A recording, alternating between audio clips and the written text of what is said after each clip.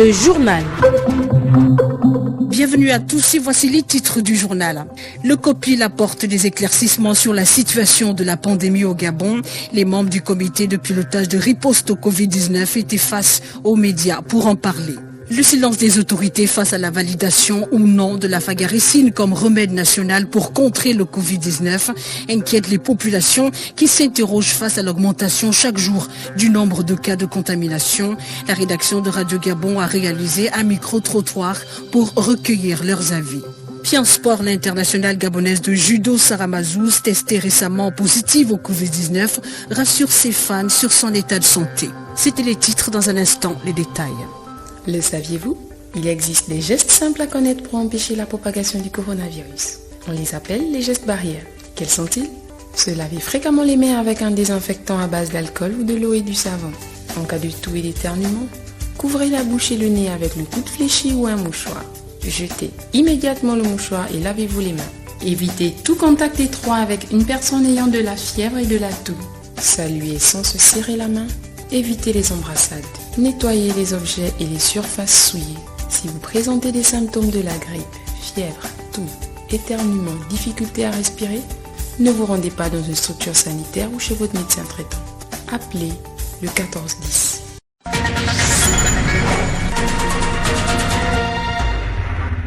À l'ouverture de cette édition d'information, le COPIL Covid-19, les membres du comité de pilotage étaient face à la presse nationale et internationale ce mardi 12 mai. C'était pour faire un état de lieu de la situation sanitaire de cette pandémie au Gabon. Face aux médias, le bilan a été fait et le nombre de guérisons augmente. Nick Choslin-Fouba. Le Gabon est touché par la Covid-19.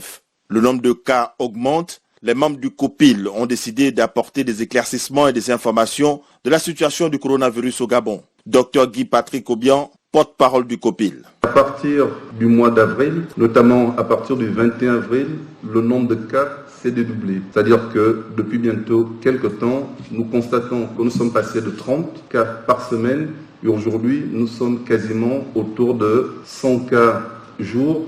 Ce qui montre effectivement que nous sommes dans une phase communautaire, dans une phase où l'épidémie circule de manière active. Pour ce qui est de la situation du Covid au Gabon, nous avons aujourd'hui 5330 prélèvements effectués avec 863 cas confirmés, 2653 cas contacts identifiés et 137 guérisons avec un total de 9 personnes décédés. Répondre aux questions des journalistes, les membres du COPIL se sont prêtés à cet exercice. 5 provinces sur 9 sont touchées par cet ennemi invisible. Aujourd'hui, sur les 9 provinces du Gabon, nous avons 5 provinces qui sont touchées par le Covid-19. Il s'agit de la province de l'Estuaire avec 732 cas, suivi de la province du Haut-Ogooué avec 102 cas, le Moyen-Ogooué 21 cas, l'Ogooué maritime 3 cas et la province du Wallentem 5 cas. Pour ce qui est des villes, comme nous le savons, en dehors de Libreville, nous avons Franceville, Bifoun, Lambaréné. L'urgence est de mise, le respect des mesures barrières est une exigence pour éviter la progression du virus. Toujours lors de cette rencontre, la cartographie sanitaire du Covid-19 au Gabon a été rendue publique. La situation est inquiétante, d'où le respect des mesures barrières par les populations. Nous écoutons à cet effet le porte-parole du COPIL, le docteur Guy Patrick Obiang-Ndong. Il est au micro d'Ahmed Ryan Nzengi. Au niveau de Libreville, aujourd'hui, les arrondissements les plus impactés, il y a le 6e arrondissement de Libreville, suivi du 5e arrondissement et le 1er arrondissement de Libreville et enfin le 3e arrondissement. Quelle est la répartition des cas positifs par sexe? Nous avons aujourd'hui, sur le nombre total des personnes positives au Covid-19, nous avons 56% qui sont de sexe masculin et 44% de sexe féminin. Pour ce qui est de la tranche d'âge la plus touchée aujourd'hui, c'est la tranche d'âge allant aujourd'hui de 30 à 59 ans. Ça veut dire la tranche d'âge des personnes actives, toutes ces personnes qu'on voit dans l'administration, qui se baladent dans la rue, et c'est cette personne qui constitue également la population active dans notre pays. Pour ce qui est d'évolution des cas positifs par rapport aux professionnels de santé, nous remarquons une diminution du nombre de contaminations au niveau des professionnels de santé. Au mois d'avril, il y avait 33% des personnels de santé qui étaient contaminés, et aujourd'hui, nous avons 21% des professionnels de santé contaminés. Cela est lié, dans un premier temps, à la mise à disposition des équipements de protection individuelle auprès des professionnels de santé, mais dans un deuxième temps, à une meilleure prise en charge des cas Covid positifs au niveau des structures sanitaires. Pourquoi je le dis ? Avant que l'épidémie soit importante, très souvent, les professionnels de santé, certains d'entre eux ne prenaient pas toutes les dispositions pour pouvoir se protéger. Aujourd'hui, quelle que soit la structure sanitaire, le personnel de santé met en place un dispositif parce que le virus n'ayant pas de visage, tout malade est considéré comme un potentiel cas contaminé par le Covid-19 et ils prennent toutes les dispositions de précaution en mettant des équipements de protection et c'est ce qui justifie aujourd'hui la diminution du nombre de personnes contaminées pour les professionnels de santé. Sa découverte lui vaut des honneurs. Lui, c'est le docteur Pierre Piebi Oyoubi, auteur de la fagaricine. La fagaricine, je vous le disais en titre, c'est le remède qu'on veut mettre en place pour lutter contre le Covid-19 au Gabon. Pour l'histoire, après la rencontre entre le chef du gouvernement et les médecins chercheurs et tradipraticiens gabonais pour trouver une solution médicale dans le traitement de cette pandémie, les chercheurs de façon unanime ont choisi la fagaricine comme solution gabonaise pour soigner cette pandémie. Au-delà d'autres aspects liés à certaines contestations existentielles, la rédaction de Radio Gabon, elle, a voulu savoir qui est cet homme, comment a-t-il créé ce produit, autant de questions dont les réponses se trouvent dans ce reportage de Gaël Mbimba Okoko. C'est en 1998 que le docteur Pierre Piebi Oyoubi découvre la formule pour guérir les malades atteints du VIH-Sida. Un remède tiré de la plante qui, dit-il, traite des maladies inguérissables, que son grand-père, Pierre Piebi, dont il tient le nom, utilisait aux côtés du docteur Albert Schweitzer à Lambaréné où il était son collaborateur numéro 1. Et c'est dans les couloirs de l'hôpital Schweitzer que va naître sa passion pour la médecine. Plus que, c'est dans cet hôpital qu'il verra le jour en 1954. Quand je suis allé en Roumanie, d'abord en partant d'ici, j'avais une bourse maintenance radiologique. Les Roumains regardent, disent radiologie, oui, ça c'est après la médecine générale. Et nous étions tous surpris que je sois orienté en médecine générale. Sur place à Bucarest, en Roumanie, on change mon orientation. En Roumanie, le jeune Pierre Piebi Oyoubi va être obligé de refaire la terminale où il obtiendra un baccalauréat humaniste, condition pour intégrer la faculté de médecine. En 4e année, il va intégrer le cercle de recherche estudiantin où il se verra attribuer le thème « Comment soigner l'impuissance sexuelle masculine ». Et c'est ainsi qu'il obtiendra son doctorat en médecine générale sur la mise en évidence du sexe stimule. Un médicament aujourd'hui vendu en Roumanie dont il n'a pas la paternité. J'ai été moi-même responsable au ministère de la Santé. J'étais médecin-chef du centre médical de Bongoville à mes débuts, directeur de l'hôpital de Franceville, directeur général adjoint du CHL, directeur général des ressources humaines et des moyens généraux. J'ai assuré l'intérim de la direction générale du CHL pendant 6 mois. En France, j'ai travaillé et je vous apprends que je suis inscrit au tableau de médecins de la Haute-Marne. Je suis aussi au tableau de médecins du Gabon. Dans sa quête pour obtenir le brevet de sa découverte contre le sida, il va se faire accompagner par le docteur Louma de l'association Agir pour le Gabon. Médecin personnel du feu président Omar Bongo Ondimba, il profitera de cette proximité pour bénéficier de l'aide de l'ex-chef de l'État qui l'amènera à Paris, en France, pour la procédure du brevet. Une fois à Paris, il fera la rencontre d'Hilarion Guéma qui le mettra en contact avec Bruno Eto'o, franco-camerounais, qui finalement l'aidera à faire breveter sa fagaricine. Cette fagaricine aura définitivement 3 co-inventeurs, le docteur Piebi, Eto'o et Louma. Ce qui m'est revenu, c'est que si vous lisez cet article-là, Azombo n'a jamais revendiqué la paternité de la fagaricine. C'est un distributeur de fagaricine. C'est que la fagaricine se trouve chez lui dans sa pharmacie. Il n'a jamais dit qu'il était propriétaire de la fagaricine. Il cite Eto'o, son compatriote. Effectivement, Eto'o, c'est lui qui a le brevet de fagaricine camerounais. Après 7 mois de prison et 10 ans d'exil politique en France, le docteur Piebi Oyubi est rentré au Gabon. La fagaricine, solution qui traiterait du coronavirus dont il est le seul détenteur de la formule, attend le soutien de l'État gabonais pour produire ce remède en grande quantité afin de le mettre à la portée de tous les Gabonais. Et puisque nous parlons du docteur Pierre Piébi Oyubi avec Liliane Mendom, les échanges ont porté sur la question de la fagaricine 532 ou encore la fagadine 199. Nous vous proposons un extrait des propos du docteur Pierre Piébi Oyubi. La fagaricine 532 ou fagadine 191 est un médicament obtenu à partir des extractions des plantes médicinales gabonaises. C'est un médicament qui renferme 3 classes de plantes, 3 grands groupes. Il y a le groupe de rutacées, un groupe de graminées et un groupe de ptéridophytes. C'est ça que représente la fagaricine dans sa composition. Donc la fagaricine a été évidenciée depuis 1998 ici au Gabon. Dans l'informel, nous avons remarqué que ce médicament donnait des résultats spectaculaires administrés aux malades atteints de VIH-Sida. Nous avons fonctionné dans l'anonymat comme ça pendant plusieurs années, jusqu'en 2000-2001, où j'ai vu la nécessité de m'ouvrir à d'autres chercheurs. C'est comme ça que j'ai choisi de me faire accompagner par un compatriote qui faisait déjà une certaine promotion médicale dans le cadre de son association qui était Agir pour le Gabon. J'ai fait appel au docteur Louma, pharmacien, pour m'accompagner dans cette expérience.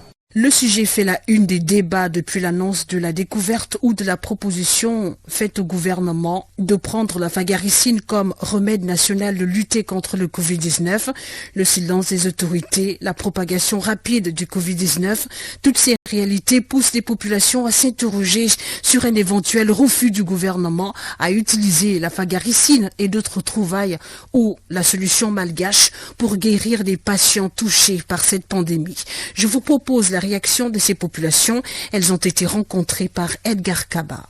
Ce que je peux donner au gouvernement, moi j'ai constaté, j'ai fait dans tous les États africains, à chaque fois qu'il y a un noir qui découvre quelque chose, un de nos frères africains, on ne valide pas ça. On préfère plutôt valider les médicaments qui viennent d'ailleurs. Entre-temps, parfois ça n'a pas d'effet. C'est nos mêmes écorces-là qui viennent chercher ici pour les élaborer maintenant, dire que non, ils ont trouvé. Entre-temps, en Afrique, nous-mêmes, on peut développer à partir de nos écorces, nos racines, des médicaments qui pourront toujours soigner les Africains. Je tiens à dire au gouvernement que s'il y a ce Gabonais-là qui a vraiment trouvé ces médicaments-là, qu'on puisse voir, qu'on puisse traiter des gens, on voit ce que ça donne, que de chercher à comprendre ce que dit l'OMS. L'OMS, c'est des Blancs, ils ne pourront jamais vous dire un jour que non, vous, l'Afrique, vous avez gagné, ou vous avez trouvé, on parle d'argent. Et ils savent que l'argent, ils gagnent derrière. On trouvait les médicaments pour ça. Pourquoi ne soignent pas les gens? Les gens sont en train de mourir pour ça. Vraiment? Ou bien il n'y a pas au Gabon. Pourquoi ne soignent pas les gens pour ça? Parce qu'on est fatigué de rester dans les médicaments. Si on a trouvé un médicament ici au Gabon, on n'avait qu'à mettre ça sur le terrain. On valide le médicament. Que plus les gens soient quand même en paix, en fonction, comme nous. Et même que nous qui vivons le jour. On n'est pas embauchés dans les sociétés. On n'est pas des fonctionnaires, on vit par rapport à nos petits bricoles, mais tout est bloqué. Les traitements, les mesures d'accompagnement ne sont pas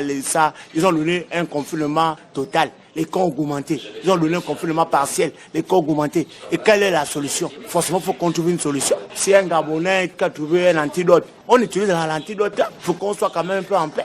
On essaie de quand même trouver de quoi manger, de quoi se mettre à l'aise, mais tout est bloqué. Tout est bloqué. Les bailleurs nous font le bruit, le courant, l'eau, le gaz finit à la maison, les enfants par-ci, par-là.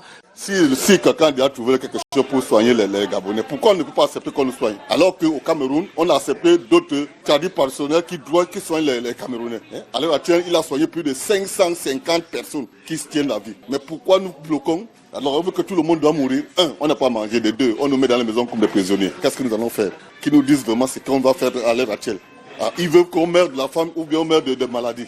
Qui trouve la solution? Avec les Gabonais. On ne peut pas être que quelqu'un nous dit qu'il a trouvé, il a des remèdes qu'il peut. Mais on parle vers la personne, on essaie de voir ce qu'il peut donner. Si c'est vrai, c'est faux. Maintenant qu'on ne peut même pas parler, on attend du blanc. Tout ce que le blanc va mener, c'est tout le blanc qui va mener, c'est ça qui va soigner le noir. Les blancs négligent les Africains. Les Africains peuvent aussi avoir un médicament efficace. C'est le souhait qu'on touche les tradis par ici. On essaie de laisser un peu les blancs. Parce que l'Africain, c'est trop fort. Et regarde même l'exemple. Pourquoi les blancs meurent beaucoup et que les Africains ne meurent pas beaucoup? Il y a un problème. Pour le blanc, c'est la jalousie. Parce qu'ils ne veulent pas que c'est le médicament des Africains qui passe, qui envoie. Ils veulent que c'est leur médicament qui passe. Bon, nous les Africains, on ne doit pas laisser. Quoi que ce soit, on ne doit pas laisser. Le problème c'est que le Gabon, je ne sais pas comment le Gabon réagit sur certains cas du Gabon. Ou nous sommes encore sur la botte de certaines personnes. Je ne sais pas. Si le Gabon a trouvé un remède pour les Gabonais, pourquoi ne pas utiliser ce remède pour soigner les Gabonais? Pourquoi on attend que c'est l'extérieur qui vient décider sur les choses du Gabon? C'est les Gabonais qui meurent, c'est les Gabonais qui souffrent, c'est pas l'extérieur qui souffre. Même si eux souffrent là-bas. Mais pourquoi attendre toujours l'extérieur pour la décision du Gabon? Pourquoi le gouvernement est comme ça?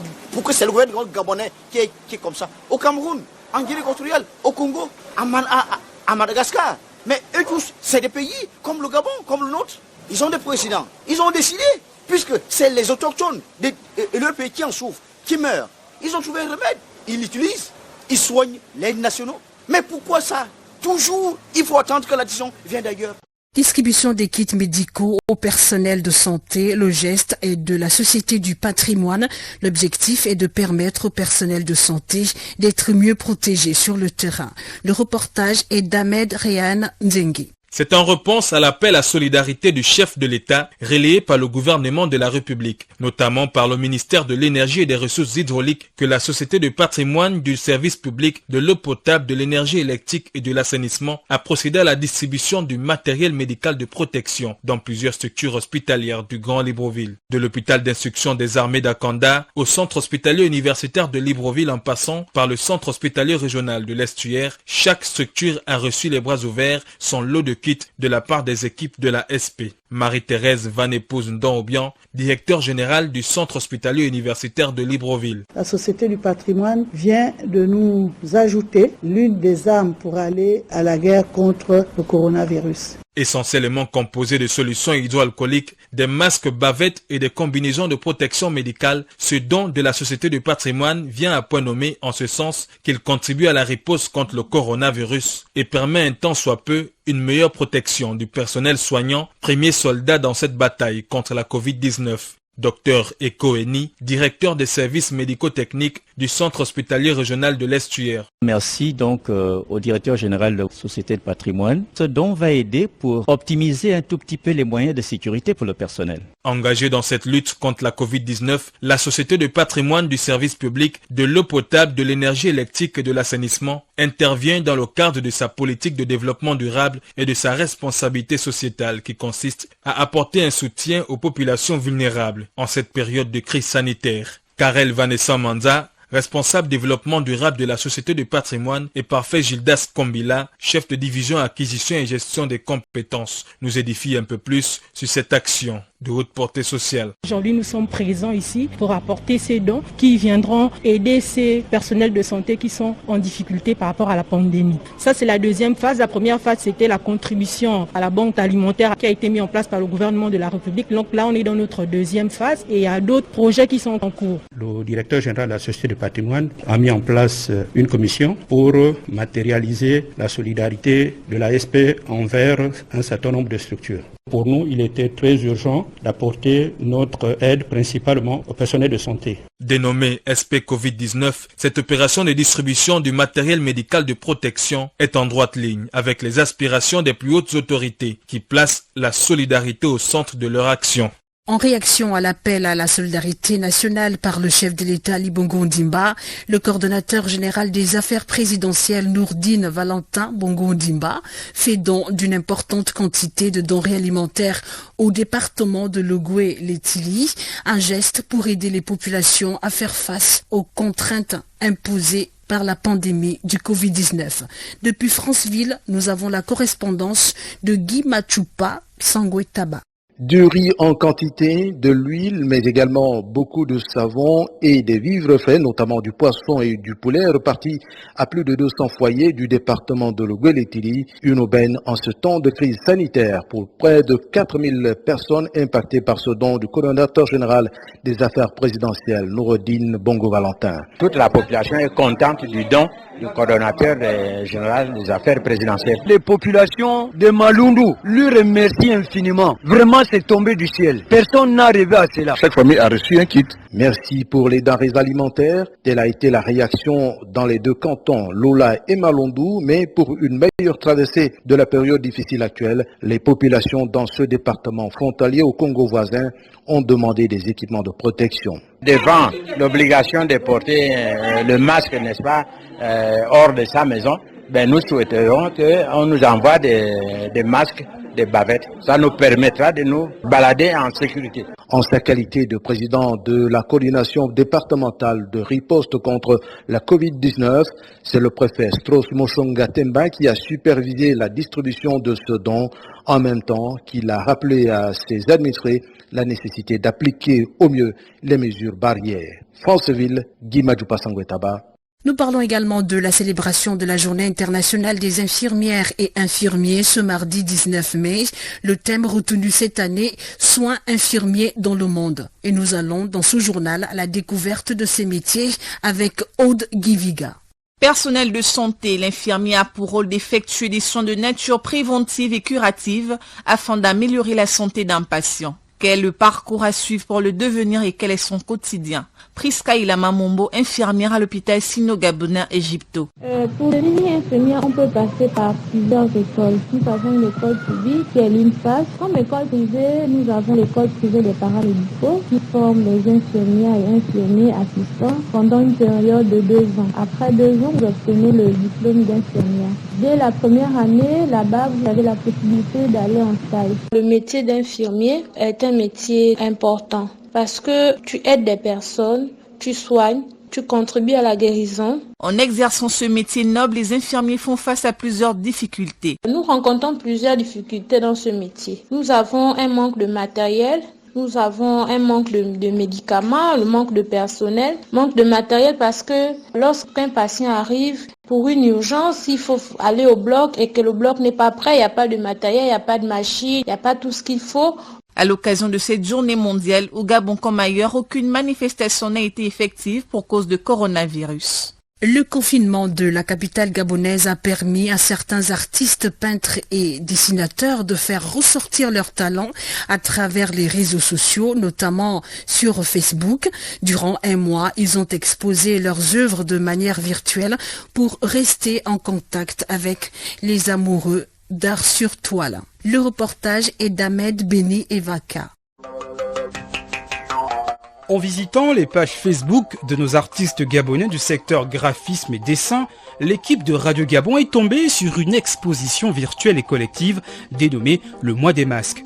Pendant cette période de confinement, ces Picassos africains ont dévoilé des images originaux mettant en avant des masques du continent à travers crayons, stylos plumes, feutres et peintures.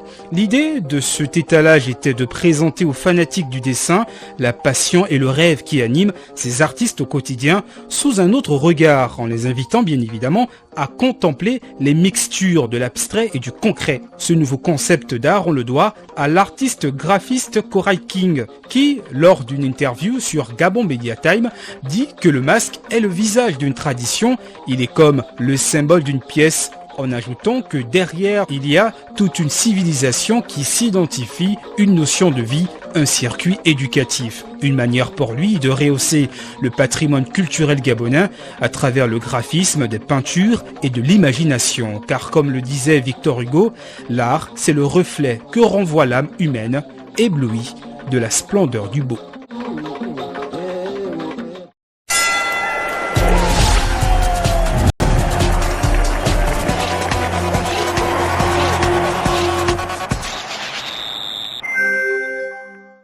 Le sport aujourd'hui, c'est essentiellement du judo et du handball. Nancy, plusieurs sportifs professionnels ont été contaminés par le coronavirus. C'est le cas récemment de l'internationale gabonaise du judo, Sarah Mazouza. Oui, sur sa page Facebook, Sarah Mazouza a annoncé avoir été testée positive au Covid-19.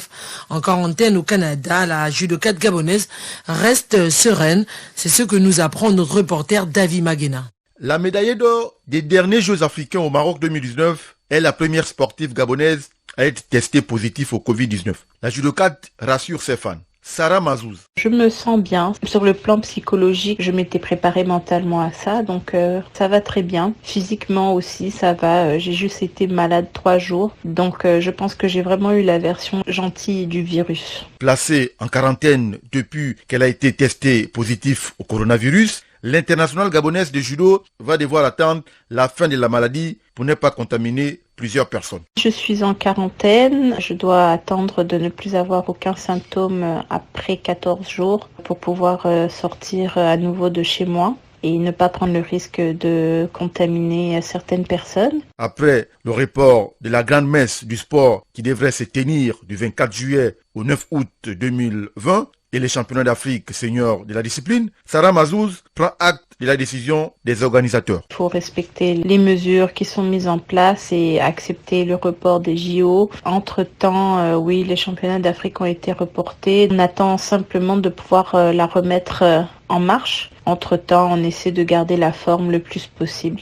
N'étant pas encore qualifiée pour les Jeux Olympiques, Sarah Mazouz attend avec impatience les futures compétitions. Pour ce qui est des qualifications, normalement la période devait finir fin mai avec tout ce qui s'est passé avec le coronavirus. Donc j'ai pas pu aller chercher ma qualification de façon officielle. Donc pareil, tout est en suspens. Donc on attend de pouvoir reprendre la période de qualification et de pouvoir dire officiellement qu'on est qualifié. Donc on attend tout simplement. L'athlète âgé de 33 ans compte toucher la conscience de ses compatriotes gabonais encore sceptiques quant à l'existence du coronavirus. Prévu depuis le mois de janvier 2020, l'Assemblée générale de la LINEF, la Ligue nationale semi-professionnelle de handball, n'a toujours pas eu lieu, au grand désarroi des clubs. En effet, les clubs d'élite du handball national se prononcent en majorité pour l'organisation imminente de l'Assemblée générale de la LINEF. Écoutons dans cet extrait Murphy Kassakombila, président de la jeunesse sportive de Mula, et Maurice Nzingu Miyindu, président intérimaire de Stade Mondial Mi-Sport. Nous ne comprenons pas pourquoi il y a ce retard et aucune communication. Pourtant, ils ont eu toute une saison sabbatique et savaient pertinemment qu'en janvier 2020, ils devaient organiser une assemblée générale ordinaire et puis notamment passer à une élection. Cette situation nous embarrasse tellement et nous indigne. C'est la raison pour laquelle, en dépit de plusieurs interpellations dans le cadre des communications via différents forums WhatsApp, nous leur avons adressé un message via leur compte email ainsi qu'aux autres présidents, mais nous constatons toujours qu'il n'y a aucune réaction, aucune réponse. Je pense que Stade Mondi est pour l'organisation de l'Assemblée générale du bureau actuel de la LINEF. Parce que depuis que ce bureau a été mis en place, on n'a jamais organisé une Assemblée générale. Et que aujourd'hui, au terme de leur Olympiade, d'ici là, il est normal que ce bureau organise l'Assemblée générale et que les clubs soient édifiés par rapport à l'organisation des prochaines compétitions. Et puis suite à la réclamation des clubs, la Ligue nationale semi-professionnelle de handball a réagi.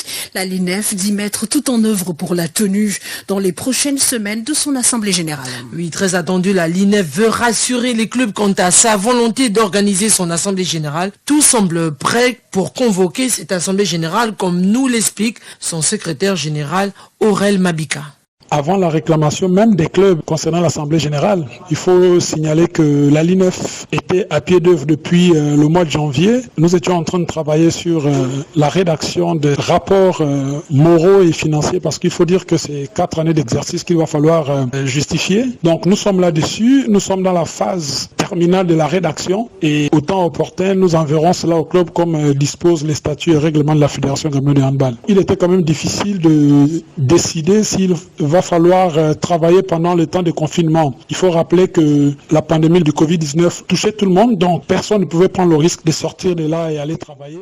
C'est avec cette page sport de Frédéric Nancy Pagna que s'achève cette édition d'information, mais tout de suite nous faisons le rappel des titres. Le COPIL apporte des éclaircissements sur la situation de la pandémie au Gabon. Les membres du comité de pilotage de riposte au Covid-19 étaient face aux médias pour en parler. Le silence des autorités face à la validation ou non de la phagaricine comme remède national pour contrer le Covid-19 inquiète les populations qui s'interrogent face à l'augmentation chaque jour du nombre de cas de contamination. La rédaction de Radio Gabon a réalisé un micro-trottoir pour recueillir leurs avis. Vous les avez écoutés dans ce journal. Merci d'avoir suivi ce journal. Montage Herman Osonga, présentation Sonia Dassembe, réalisation et coordination Nick Choslafouba. La supervision est assurée par Ali Renal Radjumba.